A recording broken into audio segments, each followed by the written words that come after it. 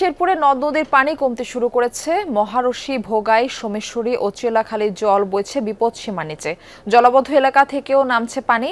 এই বিষয়ে বিস্তারিত তথ্য আমরা জেনে আসবো। শেরপুর থেকে আমাদের সঙ্গে যুক্ত হচ্ছেন আমাদের সহকর্মী আদিল মাহমুদ উজ্জ্বল।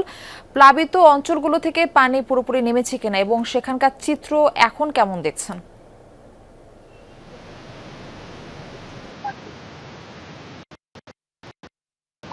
মারফি, আপনি জানেন যে আসলে গত কয়েক ফলে যে পাহাড়ি ঢলের সৃষ্টি হয়েছিল, আজকে সকাল থেকে কিন্তু বৃষ্টি না থাকার কারণে প্রত্যেকটি বড় বড় নদ নদীর পানি কিন্তু কমতে শুরু করেছে। আমি যদি আপনাকে বলি যে আমাদের সবচেয়ে খরস্রোতা নদী যেগুলো আছে মহারশী, চেল্লাখালী এবং ভোগাই, সেখান থেকে কিন্তু সবখান থেকে কিন্তু পানি ইতিমধ্যে নেমে গেছে। সবগুলো নদীর পানি কিন্তু বিপদ সীমার নিচে অবস্থান করছে। আমি যদি আপনাকে একটু বলি যে বন্যা পানি কমে যাওয়ার সাথে সাথে কিন্তু ক্ষয়ক্ষতির চিহ্ন ভেসে উঠছে।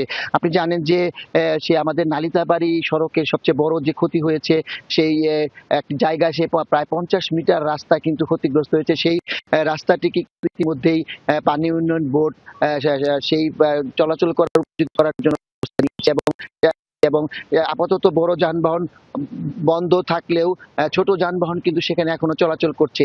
তবে যত বেশি ক্ষতি হয়েছে তার মধ্যে কিছু সবজি ক্ষেত এবং কিছু মাছের ঘের এবং পুকুর, সেগুলো থেকে কিন্তু বেশ কয়েক লাখ টাকার ক্ষতি হয়েছে এবং কৃষি অফিস সেটি নিরূপণ করছে এবং আগামী দিনে আমরা জানতে পারবো যে আসলে কি পরিমাণ ক্ষয়ক্ষতি হয়েছে।